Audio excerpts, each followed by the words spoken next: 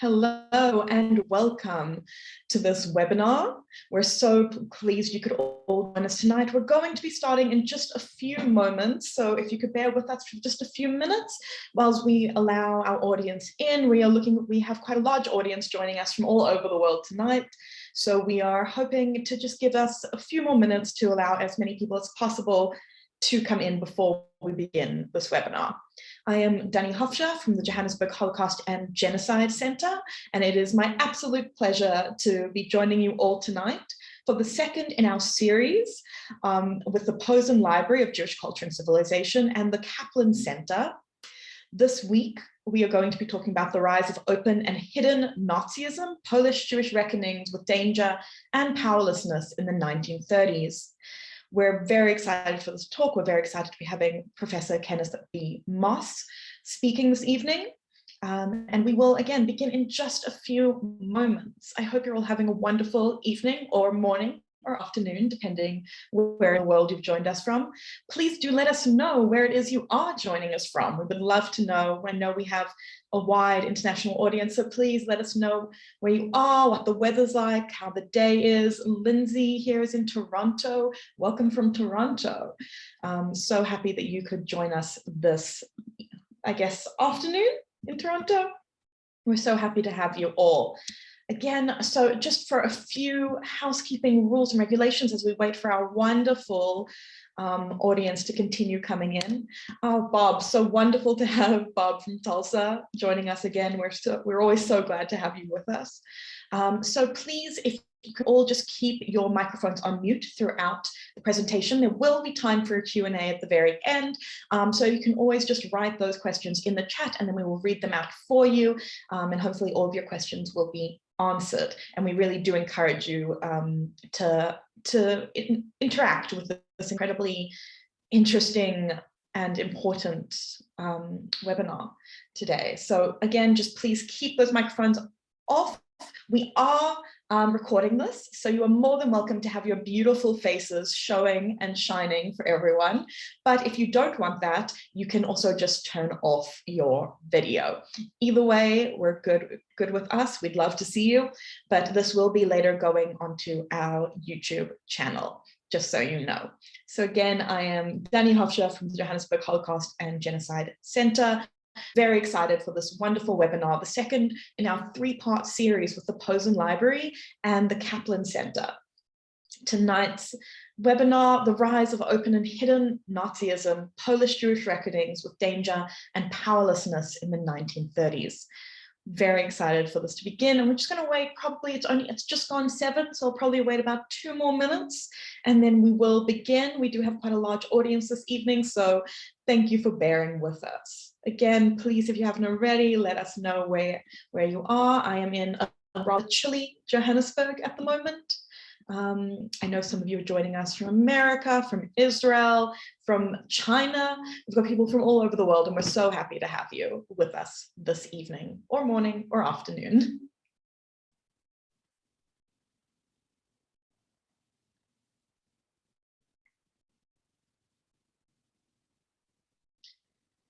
We've got Bridget, who is joining us from New Haven.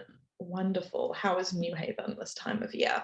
Summer in America. I'm very jealous of your summer. We'll be beginning in just 2 minutes. It's lovely. That's amazing. I see people are joining us in droves, which is always wonderful to see. Again, if you have signed up for this webinar, you are signed up for the next one, which will be on the 16th of June. And you will receive the recording of our first webinar as well, so you can understand the full series. So therefore, we will give you as much Jewish culture and civilization content as we can. Hello from Joburg. Hello, Lynn. Lovely to see you and have you joining us again. It's wonderful to have you. So we're going to wait just one more moment, 1 more minute, and then we will begin.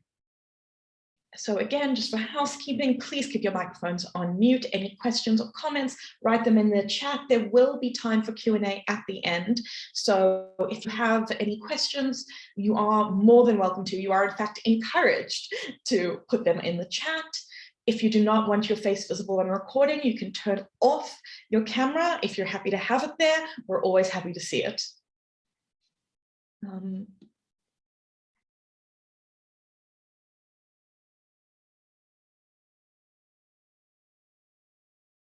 Just a few more people coming in. Wonderful to see everyone.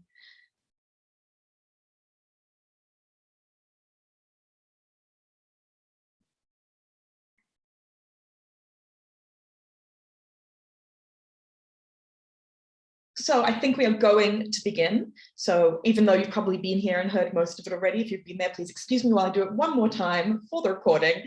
Hello and welcome to this webinar, the second in our three-part series with the Posen Library and the Kaplan Center. I'm Danny Hofscher from the Johannesburg Holocaust and Genocide Center. We are incredibly pleased tonight to bring you the rise of open and hidden Nazism, Polish-Jewish reckonings with danger and powerlessness in the 1930s. We were going to be hearing from Professor Kenneth. But first, it is my absolute pleasure to welcome Adam Mendelson from the Kaplan Center. He is a scholar, a gentleman, and a renowned expert in Jewish history and South African Jewry as well. So thank you, Adam, and the floor is yours. Thank you, and good evening, everyone, and welcome to the second of our three-part series that highlights the extraordinary riches of the Posen Library of Jewish Culture and Civilization.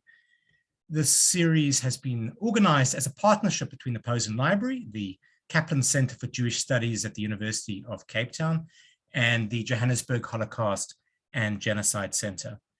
Last week, we heard from Professor Deborah Dash-Moore, who spoke about the emergence of Holocaust consciousness in the decades after World War II. Tonight, our speaker is Professor Ken Moss, whose topic is the rise of open and hidden Nazism, Polish-Jewish reckonings with danger and powerlessness in the 1930s. And on the 16th of June, our speaker is Professor Samuel Kassel, who will speak about Jewish writing during the Holocaust. All three of our presenters are editors of volumes that appear in the Posen Library. But what exactly is the Posen Library? This short video provides a taste of what it contains.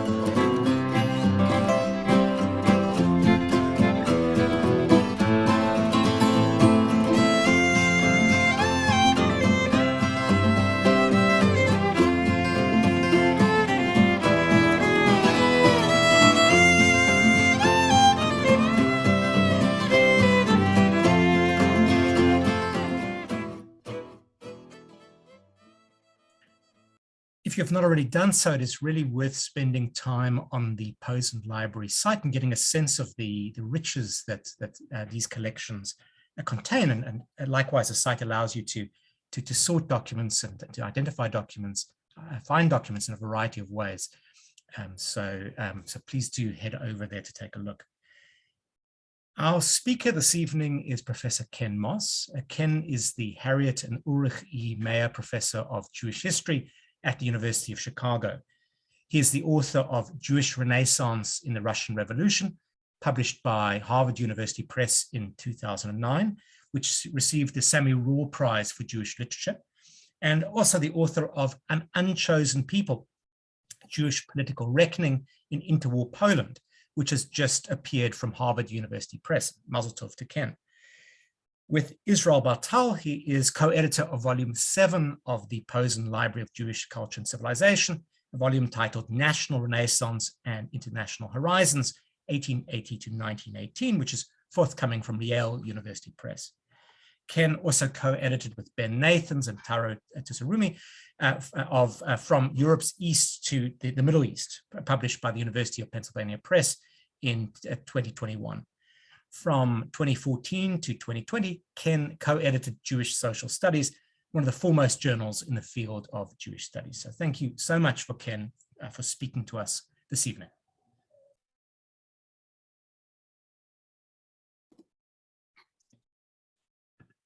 Let me begin by extending my thanks to the University of Cape Town Isaac and Jesse Kaplan Center for Jewish Studies and Research, and to the Johannesburg Holocaust and Genocide Center, and to all of you for your interest today. I begin with a quote. Even Trotsky has begun to believe that Hitler will remain in power for some 10 to 20 years.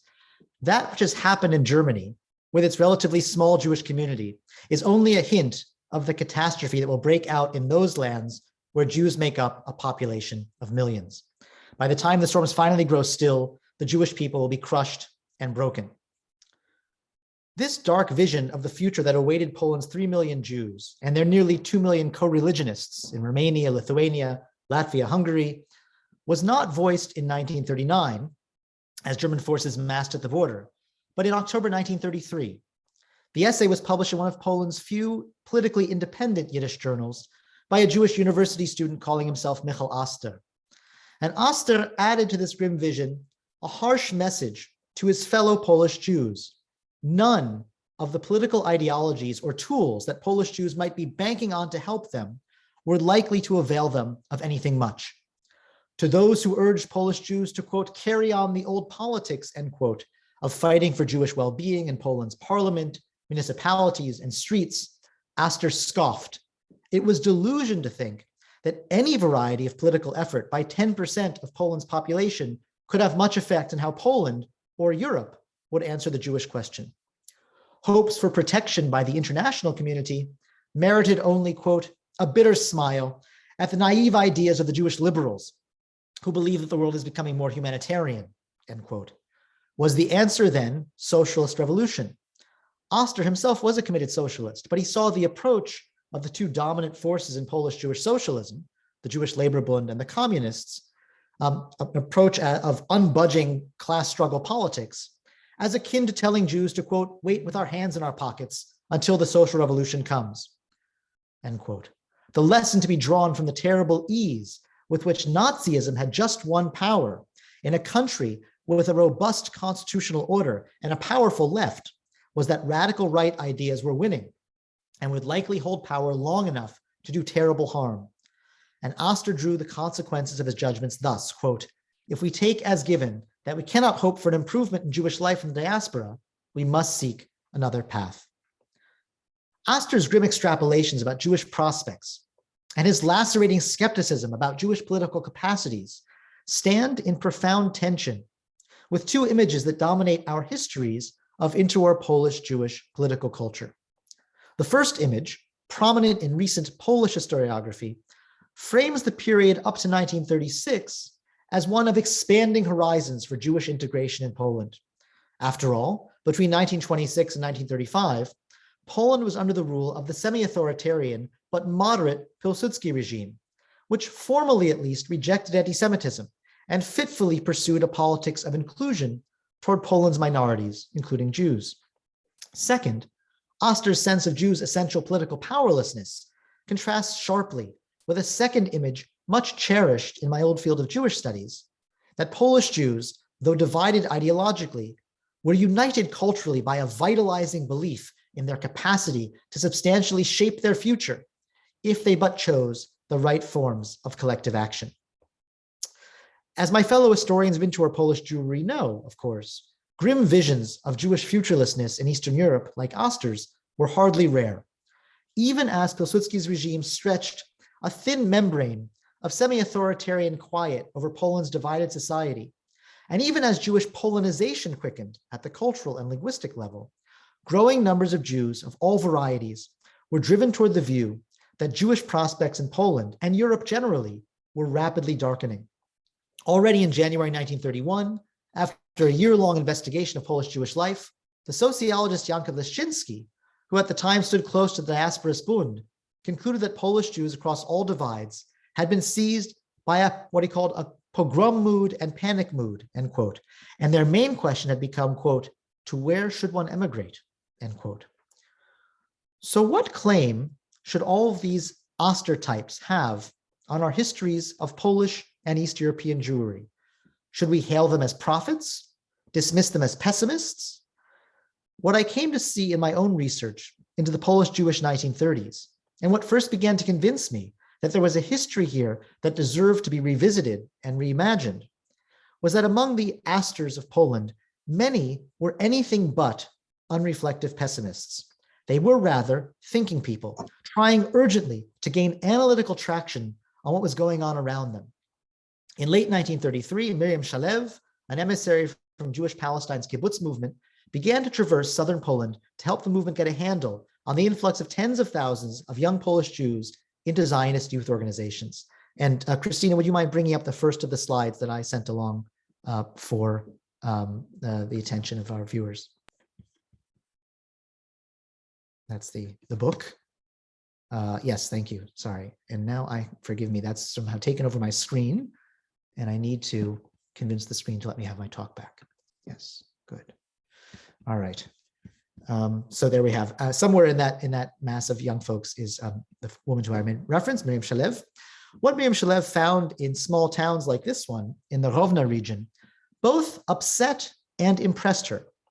She was upset to find that the young people flowing into these Zionist organizations were for the most part not true believers. They were often indifferent and skeptical regarding core Zionist ideals about Hebrew and Hebraization, about labor, about the new Jew to be created in Palestine. But she was impressed by the intellectual intensity and wide-ranging reading with which these young people, quote, seek an answer for their many questions, bearing on both Poland and Palestine, questions about the nature of nationalism, the sources of ethnic strife and hatred, and, quote, the source of anti-Semitism, end quote. Miriam Shalev's reports are several of many sources that, taken together, point us to a quiet revolution in the character of Polish Jewish political thinking at the grassroots. As the 1920s gave way to the 1930s, a significant number of Polish Jews moved simultaneously toward profound skepticism about all of the old ideologies that had seemed to offer keys to Jewish life in nationalist Eastern Europe, and also a turn toward trying to understand the processes taking shape around them, seeking reliable sources of information, and trying to ascertain what, if anything, they could really do as individuals to change their own situation.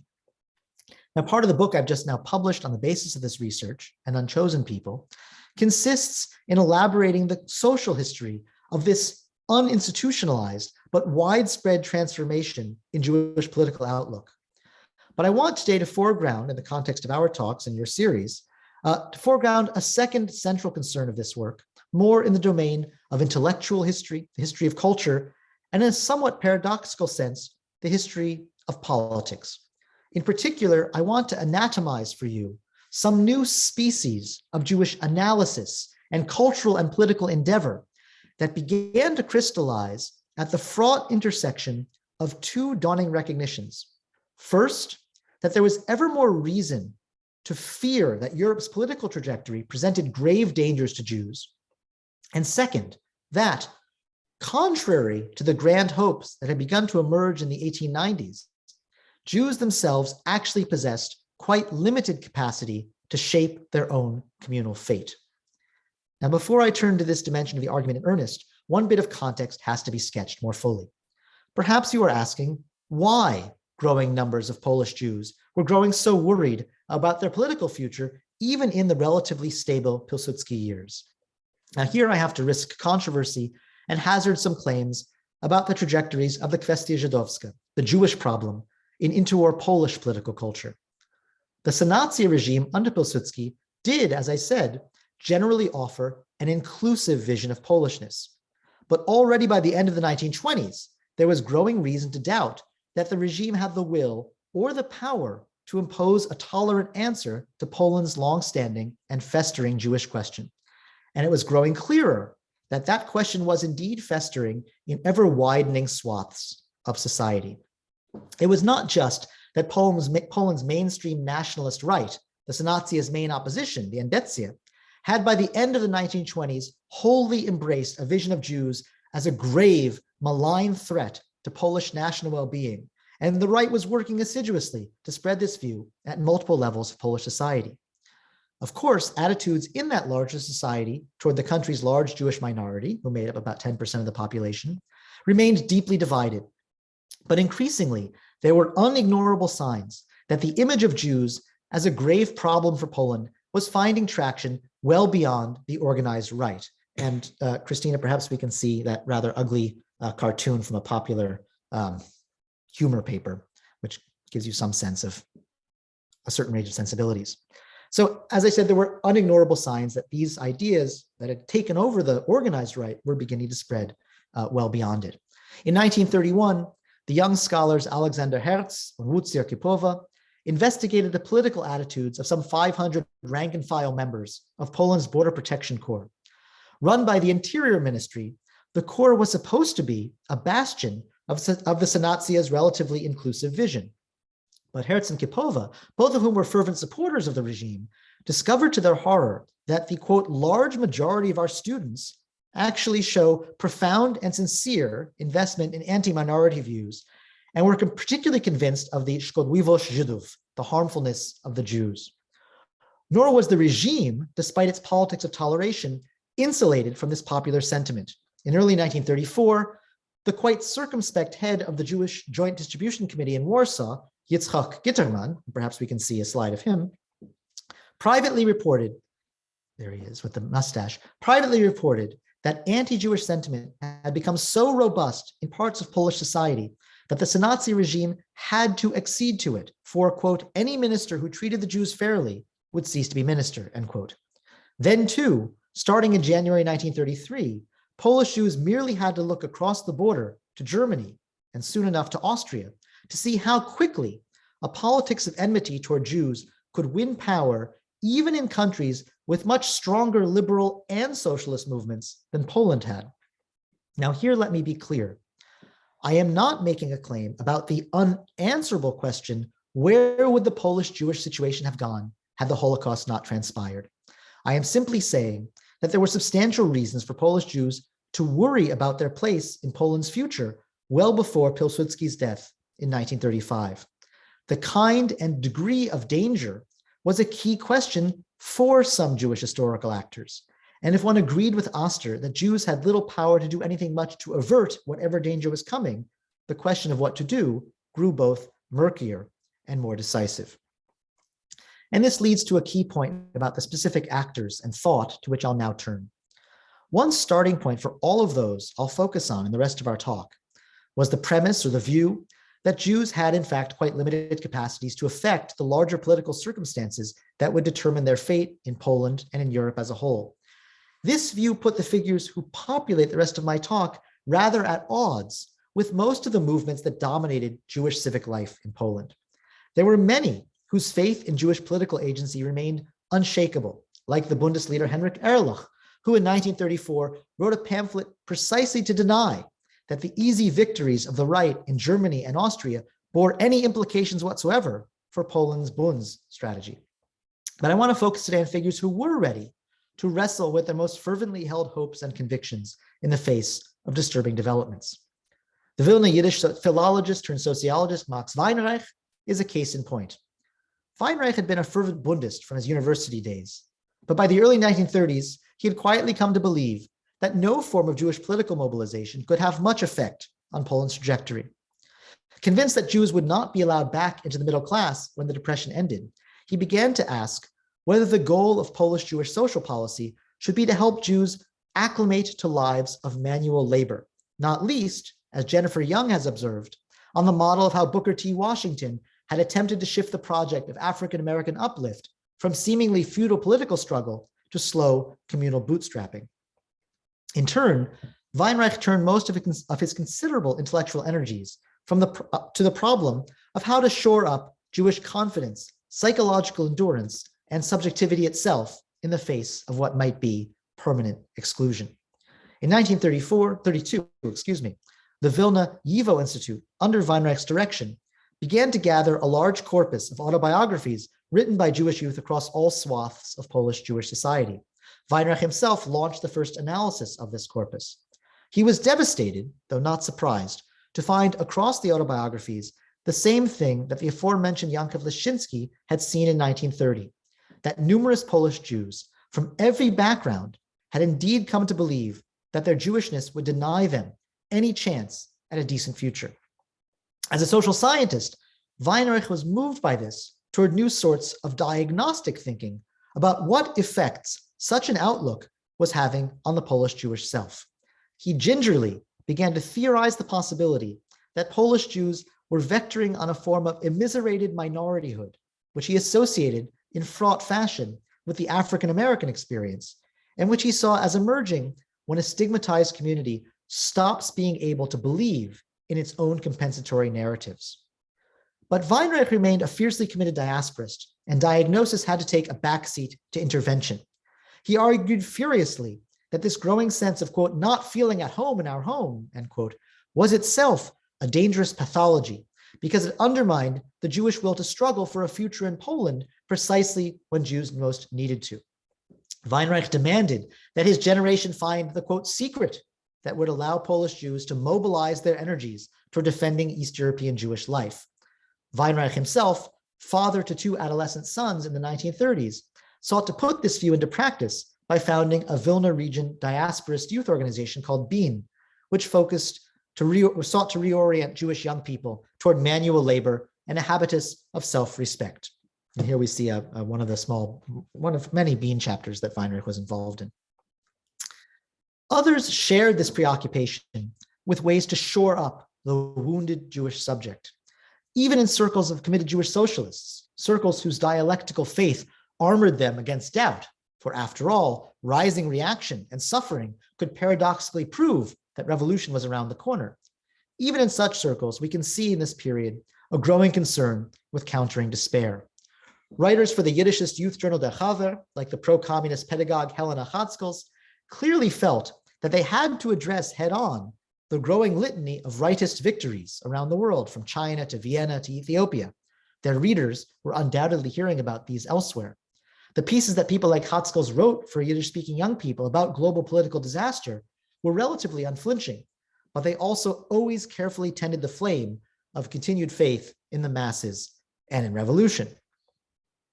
But what about those who thought that the future becoming present might be considerably worse for Jews than mere social hostility, economic woe, and associated psychic suffering?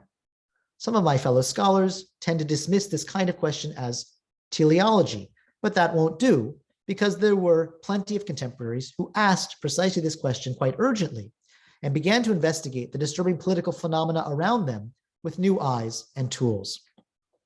The older default outlook of the Jewish ethnic intelligentsia, or at any rate the progressive wing that dominated both its diasporist and its socialist Zionist lobes, was broadly historical materialist in its assumptions about the relationships of politics and culture to economics, about the slow conjunctural character of social change in capitalist societies, and about the essential rationality of interests. But in the early 1930s, we find three new lines of analysis that tried to move beyond this Marxian grammar. First, some turned to psychological theory to wrestle with whether political enmities like anti-Semitism might be determinants of culture rather than masks for more naked interests. By 1932, the diasporist pedagogical theorist Avram Golem, and we have a slide of Golem made by his students in happier moments. Back to that illustration. Yeah, that's Golem. He was a famously active and enthusiastic teacher and innovator of science education in Yiddish and all sorts of other things. But at the same time, he was quite unhappily immersed in a project on the psychology of hatred and anger. And he was wrestling by 1932 with a grim sense that modernity had greatly increased the human capacity to hate abstractions like whole groups of people, that such hate was absorbed at a largely precognitive level, and that this was the case with anti-Semitism in Eastern Europe. Piquantly, he compared the absorption of anti-Jewish hostility in the home and school with the ways that, quote, in America, dogs used to be trained to feel hatred toward Black people, end quote. As some analysts took this kind of psychological turn, others groped toward political anthropology. In a 1932 essay in the Polish Jewish journal Miesięcznik Żydowski, the Zionist analyst Ludwig Oberländer argued that the question of anti-Semitism in Poland had to be theorized in relation to nationalism's broader phenomenology. Quote, militant nationalism's drive to create unity and unanimity in the nation, end quote, compelled its proponents to attack the critical faculty itself and to seek mythologies that could produce pre-rational unities. In this context, right-wing nationalism's turn to anti-Semitism in Poland and across Europe was somewhat accidental, because presumptions of Jewish malignity were already commonsensical for many because of the deep roots of this in Christian culture. Anti-Jewish mythology was a kind of easy, lowest common denominator myth. But contingency was no consolation. Oberländer predicted to his readers that this nationalist cultural assault on Poland's own civil society in the name of anti-Semitism and national unity would succeed in attracting growing swaths of Polish society well before it collapsed under the weight of its own empty myths and promises. And in the meantime, it might do quite a lot of damage to Jewish life. There was, on the whole, much less readiness to think about pathologies of nationalist political culture in competing diasporist circles. But a few diaspora socialist intellectuals began to redirect their materialist instincts toward new structural theories about what a changing relationship between state, nation, and democratization might mean for East Europe's Jews. As early as 1928, the then diasporist activist Avram Rosen argued that it was no accident that all the new states in Eastern Europe were converging on an economic politics aimed at driving Jews out of the middle class, regardless of the attitude of individual policymakers toward Jews. More important than any subjective hostility toward Jews was the interaction of economic underdevelopment with a shift toward populist understandings of the obligations of state to society and to nation. Especially in eras of economic desperation, democratization combined with the logic of nationhood, combined with new kinds of expectations of the state, would inevitably devolve into demands that the regime serve the real nation over some parasitic minority. Even a non-anti-Semitic regime like the Sanatsia would be made captive to a public growing ever more fearful and ever more demanding that the state intervene on its behalf against external and internal competitors and enemies. Another erstwhile diasporist, the aforementioned Leszczynski, and we have an image of Leszczynski as well that Christina showed us before, converged on the same sense that extrusion of urban middleman minorities was built into the nature of a state founded on service to the demos. However, here I want to highlight a second feature of Leszczynski's social analysis, his growing sense of the need to think extrapolatively about where the situation around Polish Jews was likely to go. He could not escape a growing sense that deep structural forces were pushing Poland and the nation state in general toward a politics of extrusion against minorities in general and middle-class Jews in particular. And that it was far more likely than not that Polish Jews, like other European Jewries, would soon be exposed to a sustained assault. Leszczynski shared Weinreich's view that Jewish communal despair was a destructive psychology, but his growing certainty that Polish Jewry would face grave danger in the coming years intersected with his sense that Polish Jews could do little to avert this future, to produce a deep instability in his own judgment of where political reason lay. Perhaps, in their sense of futurelessness, ordinary Polish Jews were actually being more rational than activists like himself still fighting for the East European Jewish future in place. Quote, and do the Jewish masses not feel that with the passing of the current humane generation and with the rise of a new younger generation for whom personal and national egotism, chauvinism, and cruelty constitute its fundamental makeup, do the Jewish masses not feel instinctively that with the rise of this new generation, there must come even harder and darker times, end quote. In other words, insofar as one labored under the weight of a sense that harder and darker times were coming, the Weinreichian response of turning toward communal self-help could seem like little more than, quote unquote, waiting with one's hands in one's pockets, end quote. Perhaps, instead, political rationality meant something harsher, some form of triage. In the rawest sense, perhaps it meant giving up on fighting for a Jewish communal future in Europe and trying to get out as an individual. This was a view toward which many Polish Jews seem to have been moving in this period. And for many of these, a series of factors fixed their attention on one possible alternative above all, on Palestine. In 1932, Britain opened up Palestine to unprecedented Jewish immigration for its own reasons.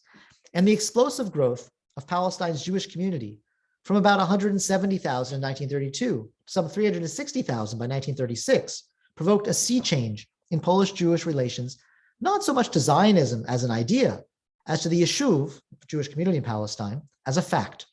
Hundreds of thousands of Polish Jews engaged seriously for the first time with the possibility that the Zionist experiment might play a decisive role in their own future. And questions of judgment and indeed ethics also moved to the fore of Jewish thought as it wrestled with questions of risk and triage.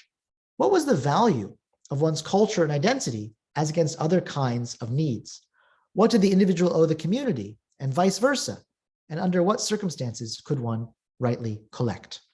Now, lest you think that this account of a bifurcation in Jewish political reason was a purely intra-intelligentsia discourse, limited to a few intellectuals in Warsaw, let's say, let me introduce another voice from the grassroots, alongside Oster, that of a 20-year-old from the small town of Bielsk, calling himself Benjamin Reich, Benjamin R. Benjamin read Max Weinreich's research on Polish Jewish youth attentively and actually sent Weinreich his own 40-page response.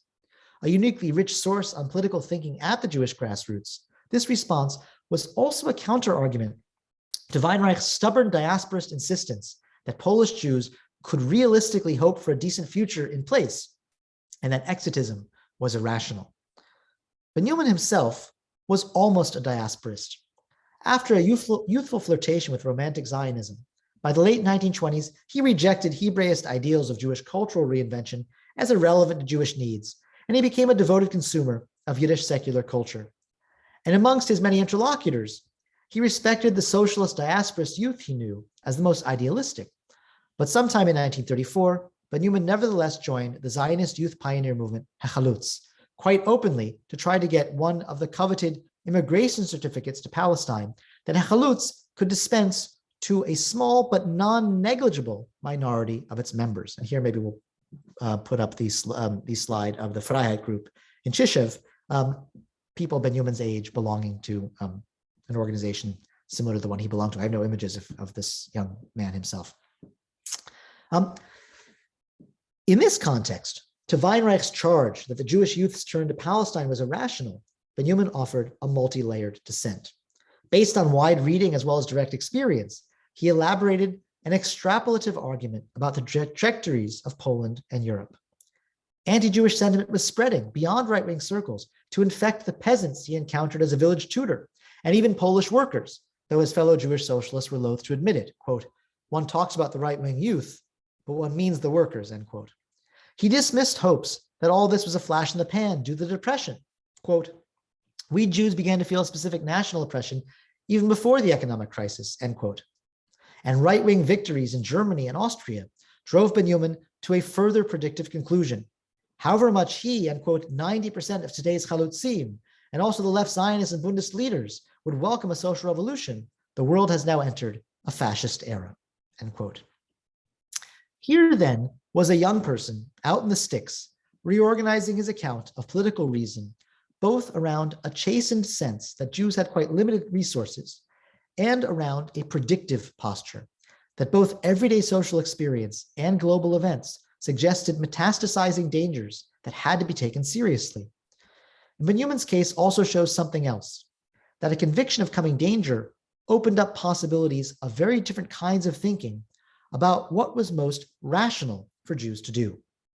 For Weinreich, the diasporist, national rationality meant trying to use everything the community had to maximize the good for Polish Jewry as a whole.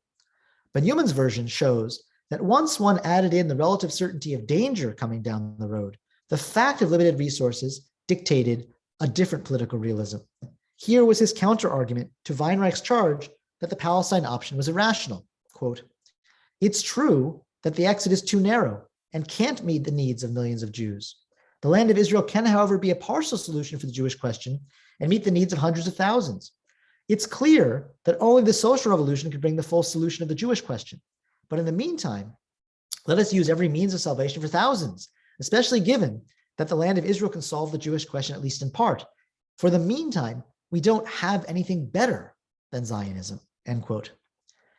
And there was a second aspect of Ben Newman's argument, which confronted both diasporist and Zionist ideologies, both diasporist and Zionist ethics, the ideals of Jewish nationalism as such, with an assertion of the individual's prerogatives over those of the community. Weinreich had mocked the choice of numerous young people to devote all efforts to seeking one of the scant emigration certificates to Palestine in the following way, quote, "A young man whom we've cited put it thus, Zionism calls to the Jewish youth, let he who can save himself. But the disproportion between wanting to and being able to leave the diaspora is so obvious that the Jewish youth's turn to Zionism has to be deemed a form of escapism. The turn to Zionism was irrational, that is, because Zionism could not possibly save the community as a whole. But Newman's response was that nothing could help the community as a whole. Palestine was the best option because it was the only one that could help even some. Quote, "No other medicines will be found, certainly not for the whole Jewish community," end quote. But Newman's fraught arguments about communal incapacity, emergency, and the need to choose ended up tying the question of Zion to two sorts of ideas of political triage. The individual might have to sever his calculus of needs from a community that could not be saved or helped, and he might have to choose between cultural identity and life chances. Other varieties of a triage thinking wrestled with whether prioritizing some partial Jewish rescue politics over other political and cultural investments was perhaps even a communal good. In the course of 1934, a growing number of formerly diasporous intellectuals and youth grew interested in reviving the moribund territorialist movement. Most of these territorialists aspired not only to find a territory that could resettle large numbers of Jews, but also cherished expansive cultural ideals. They wanted their new land to be Yiddishist and socialist.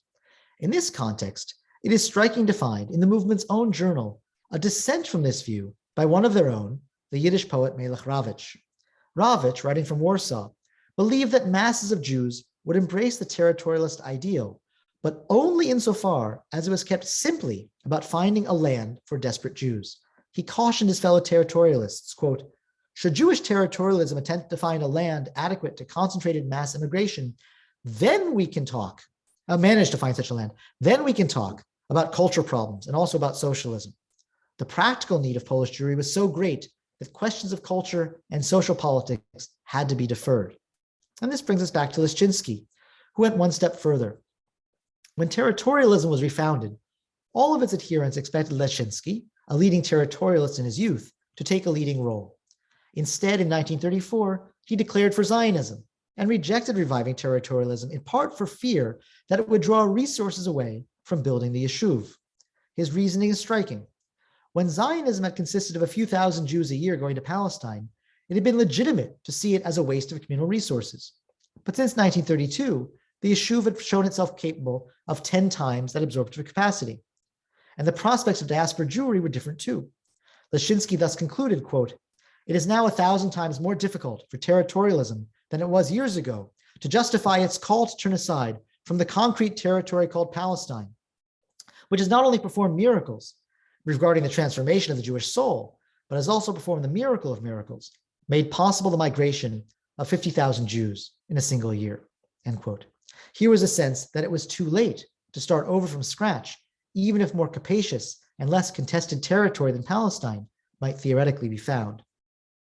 If this era pushed some Polish Jews to new views about the limits and real capacities of Jewish politics, and pushed them toward exotism and Zionism, it also began to push others, including some who remained in the diasporist camp, to new clarity about the limits and capacities of culture. Among the preoccupations visible in diasporist cultural thought by the mid-1930s was a deepening interest in what sorts of aesthetic experience, particularly, might help the suffering modern Jewish subject bear up in the face of deepening woe. In 1934, readers of the Lviv journal Przegłąd Społeczny could find the Yiddish-Polish poet Deborah Fogel investigating what kind of children's literature might help rescue the contemporary child's subjectivity from the alienating present.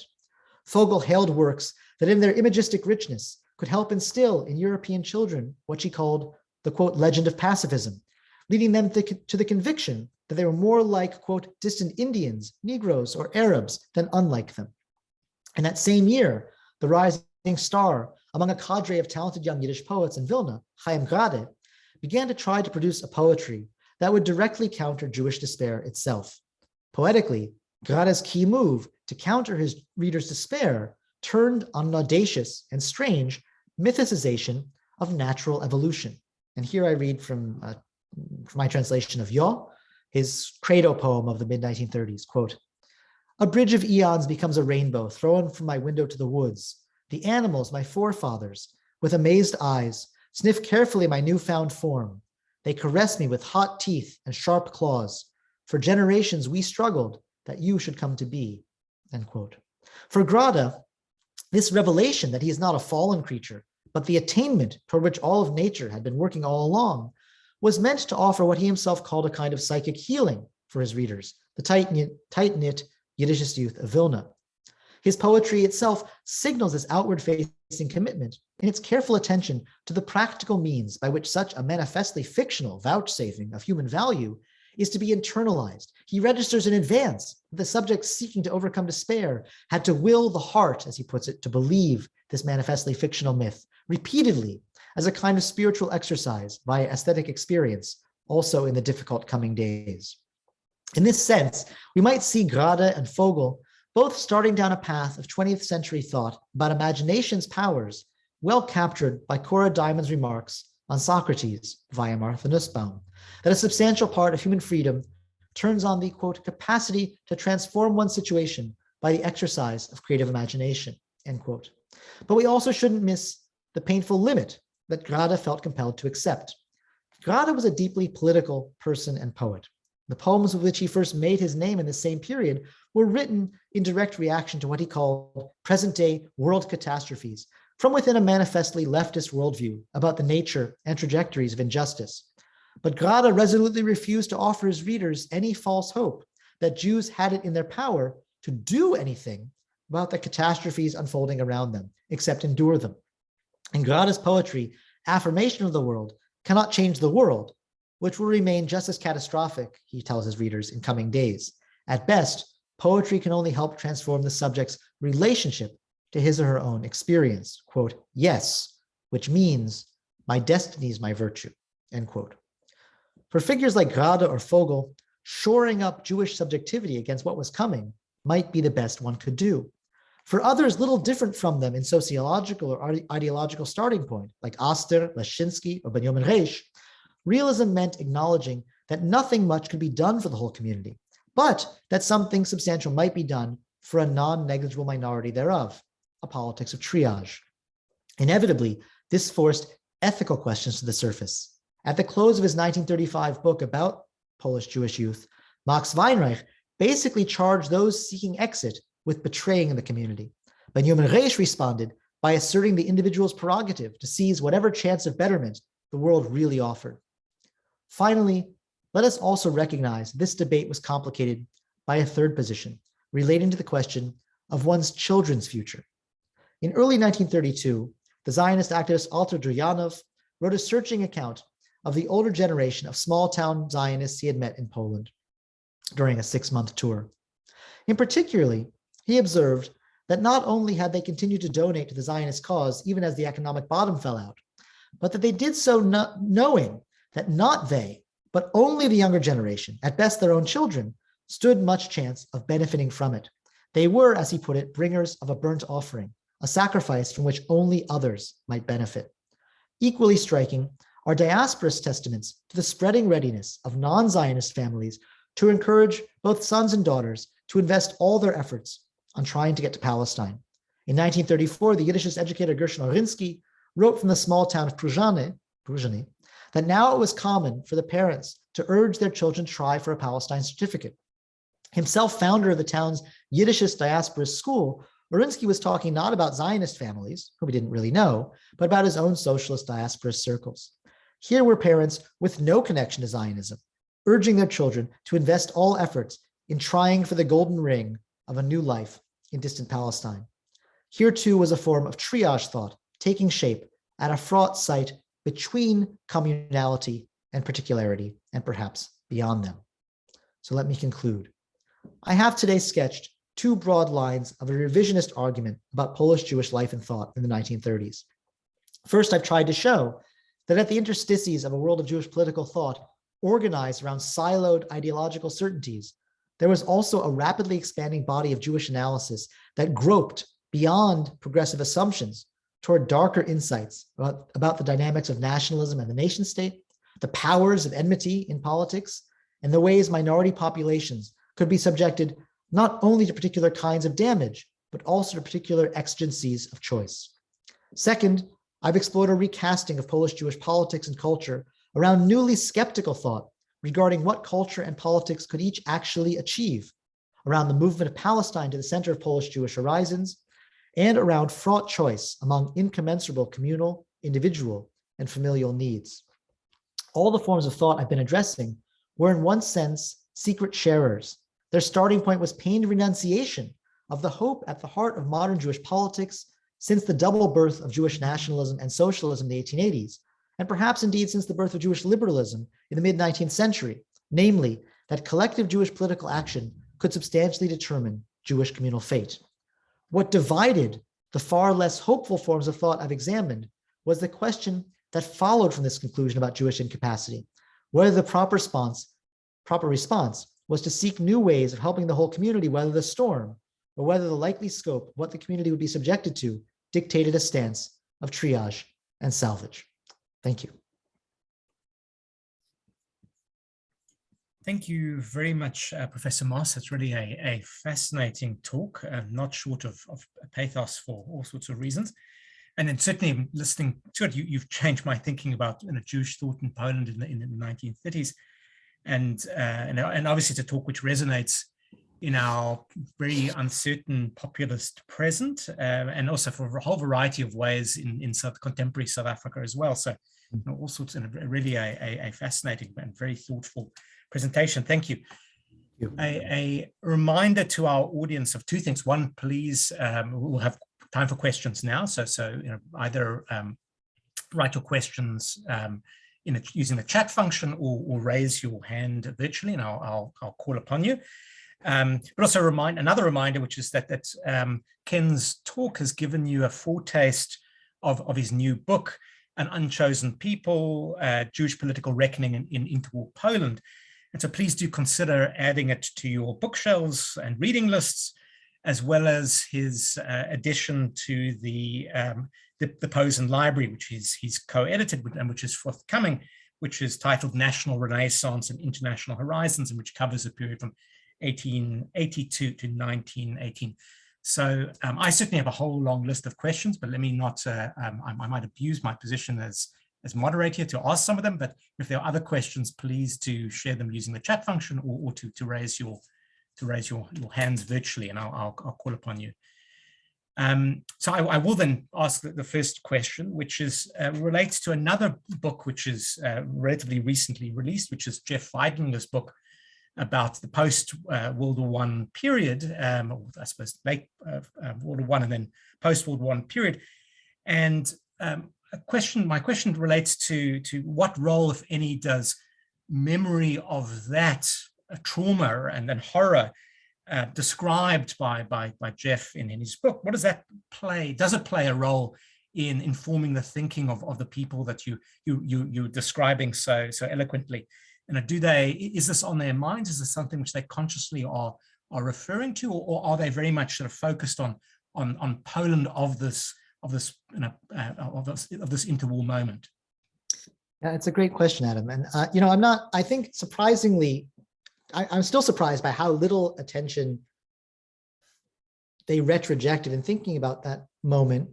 I think there's several ways to think about this, but I think the most important might be simply that the 20s brought a kind of a sense that there had been a genuine reset, or at least that was a reasonable way to read the tea leaves.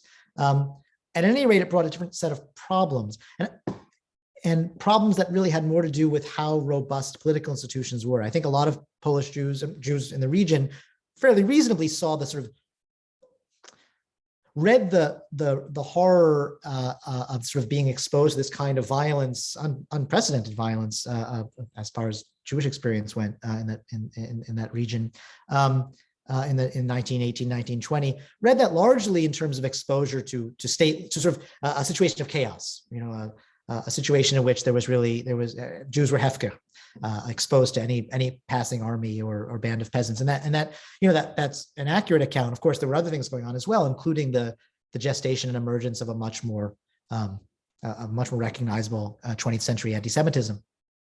But for whatever reason, it's not the point of reference for the figures I'm thinking about, and it's really only in the case of this figure Leszczynski that you begin to see him ask whether the war years were at some level a kind of hitherto unacknowledged generator of a new kind of political culture. But even in his case, he's much more focused on the emergence of a much less sentimental and much less liberally minded second generation of nationalist leaders in the successor states, Poland, Lithuania, Latvia, what have you.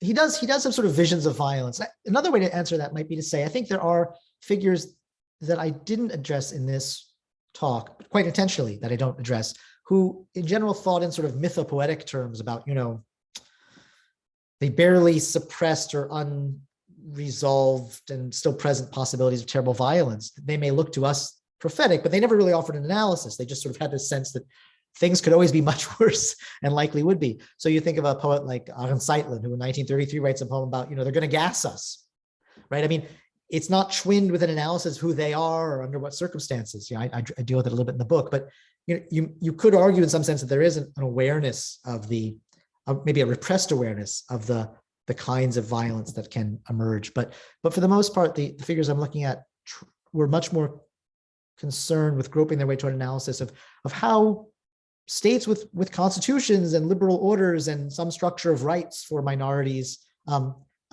could go sideways very quickly, or societies committed to, broadly speaking, civic ideals could lose those. So your reference to the sort of populist moment, I think, is unfortunately very, very apposite.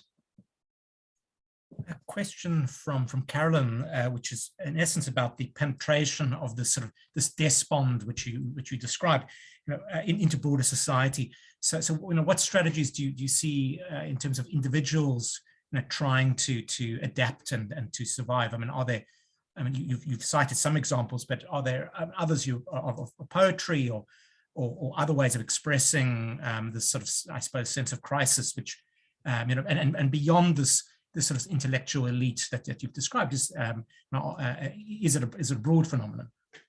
Yeah, it is a broad phenomenon, and as I said in the book, if one is interested sort of in thinking about these things from the bottom up, if that's the right term, there are several chapters devoted to that very question. I tried to give you at least some sense of that by focusing so extensively on this figure Benjamin Reich, who is, he really is a kid from the provinces, writing in the provinces. His never published anything. His material is wonderfully he sent his one of these autobiographies as part of that 1932 and then 34 and then again 39, but 34 in this case 34 call for autobiographies by the Evo Institute.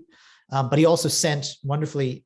He sent his 40-page reaction, a second document, to Max Weinreich's book about Polish Jewish youth called Der Weg zu unserer Jugend. And Weinreich preserved it in his archives, and Weinreich's archives survived, as did Weinreich, who happened to be, to his good fortune, out of the country, out of Poland, out of Europe in 1939-40. At any rate, so yes, there's quite a lot of attention to how ordinary people, particularly young people, wrestled with this sense of despond. one of the things I spotlight that I didn't have a chance to talk about much here is what's very clear is that there was a widespread sort of ambient skepticism with all of the organized political views on offer. And one of the things you see if you look not from within the kind of archives generated by the various competing parties and youth movements, but if you find sources that look from the edges, so the source that was very important for me turned out to be the reports of shlichim, of these people sent by the kibbutz movement to Poland, people like Miriam Shlemovitz-Shalev, whom I cited. They were sent to get a handle on something that nobody could understand, which was why so many young people were flowing back into Chalutz, in this pioneer group, at moments when actually the situation for the Yishuv in Palestine looked rather crummy, and its prospects looked rather crummy before the British reopened immigration in mid-late 1932. You already have this influx, and then the influx just continues and grows exponentially. The movement sent people to figure out why, but also to get a handle on these young people and also sort of bring them into the right mindset and inculcate in them the right kind of ideology. And what these folks do is they send back reports. A lot of these reports have sort of Zionist socialist boilerplate about this and that about the youth, but a lot of them also betray the observers' sociological quiddity and surprise and searching inquiry as to what's driving these kids. Because one thing that's very clear is a majority of those flowing into Hechalutz, for instance, the youth pioneer movement, had no previous connection to Zionism of any sort. And there's even a little bit of quantitative data which suggests it's about 60% in 1933. And you get the sense of, and there's all sorts of sources that I bring in the book about young people really doing something rather surprising, being very skeptical about the whole cultural dimension of the Zionist project. You want us to learn Hebrew and you want us to sing these songs and dance these dances. Some, of course, were excited about this, but many said, I'm not going to pretend. Some people say, I'm simply not going to pretend to be interested, but I do want to get out. And not only do I want to get out, I want to know from you, and these are teens talking to 20-somethings, but 20-somethings who knew something, have been educated. I want to know from you how to think about the world. What are the sources that I can get that will give me a handle on what's going on around me? So there's a lot of reading, a lot of search for this, a lot of inquiry and search for information. And to speak to your question about poetry, there is also, I think, rather parallel to this, there are a whole host of other forms of seeking meaning. Some people call it compensation. There's a great debate at the time, as in retrospect, about whether we should sort of pathologize this sort of behavior as kind of a search for compensation. So something like Max Weinreich tends to think of it in those terms, using psychological categories. But we may not want to judge anyone in those terms, but certainly there's a sense from many sources of especially young people, although not only looking for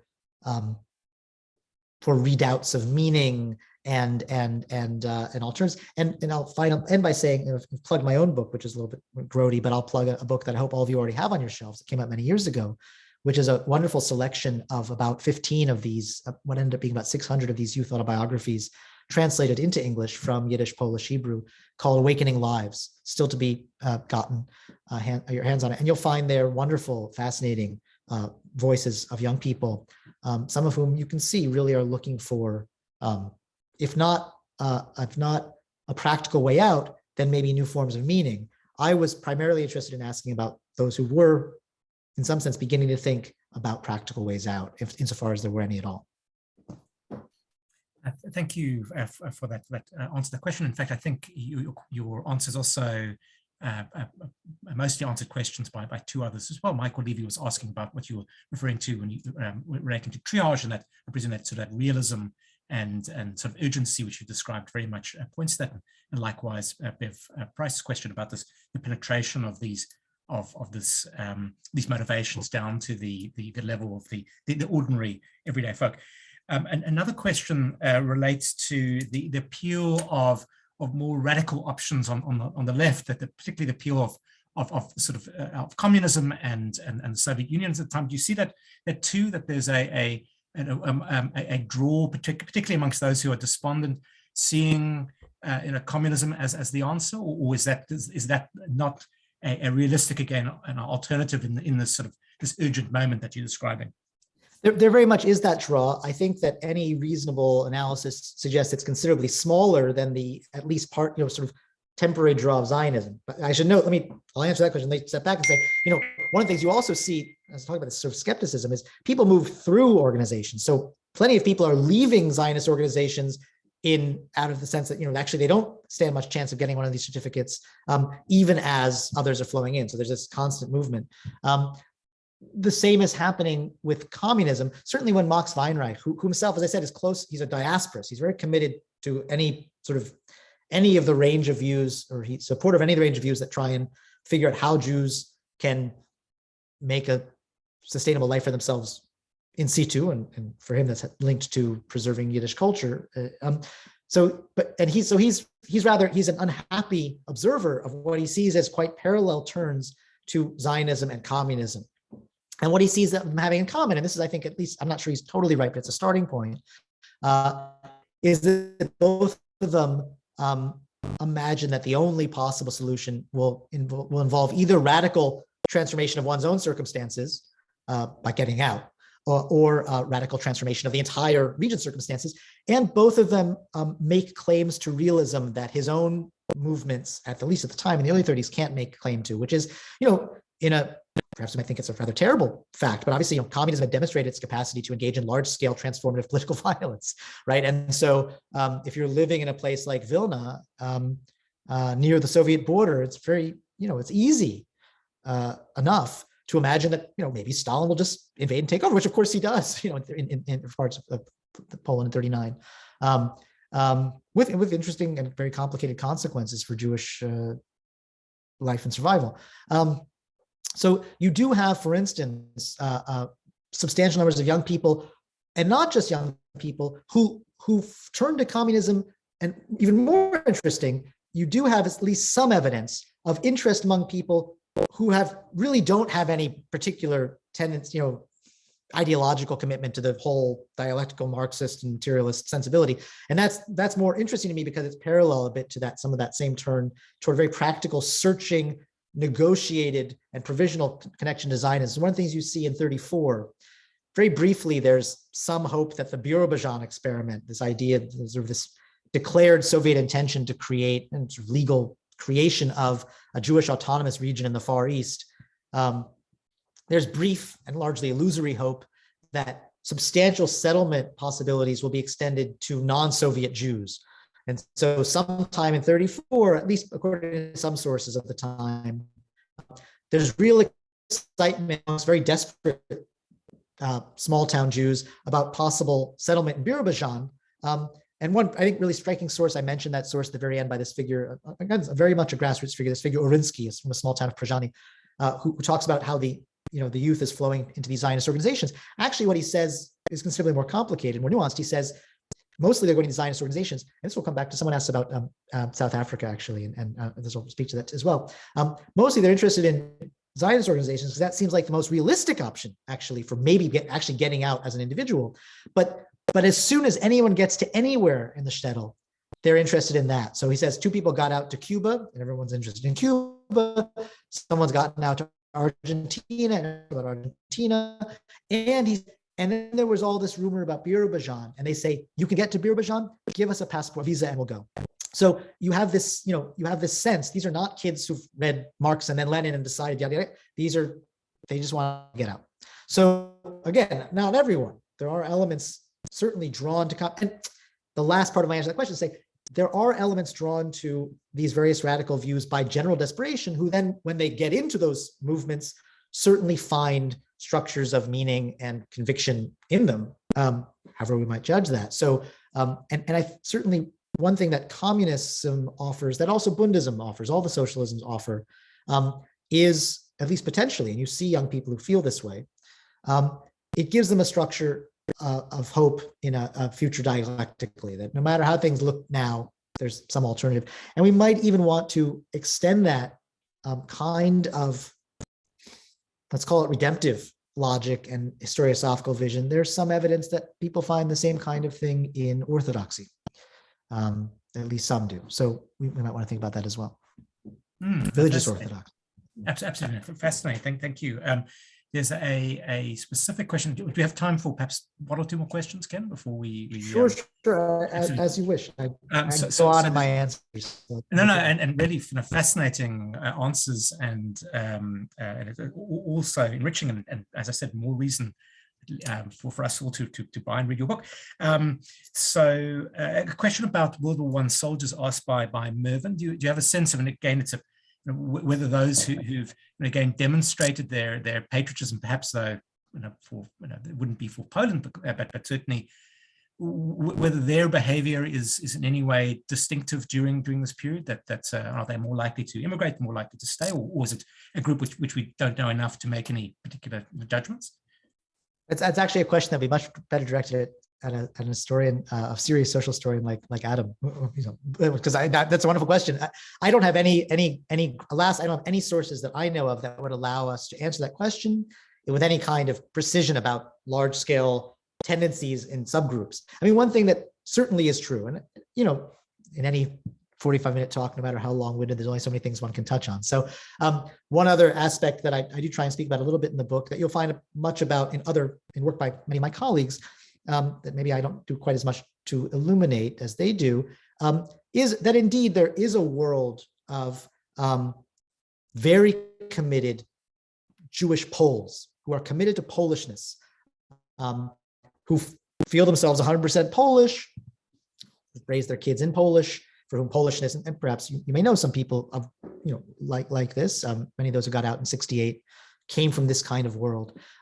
So I don't want to suggest, just as I wouldn't want to suggest there were not people who remained deeply committed to orthodox notions of divine providence and so forth, just as there were people who remained or became committed to socialist and revolutionary socialist visions of redemption through the historical process, if you will.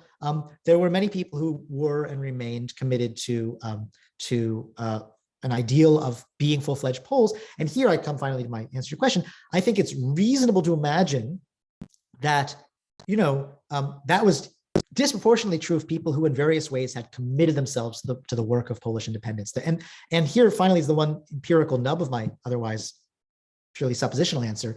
There was a Polish Jewish veterans organization, which was completely, as far as I can tell anything about it, completely in that world of, what we call West European style Jewish, assimilated Jewish patriotism. We've shed blood for this country.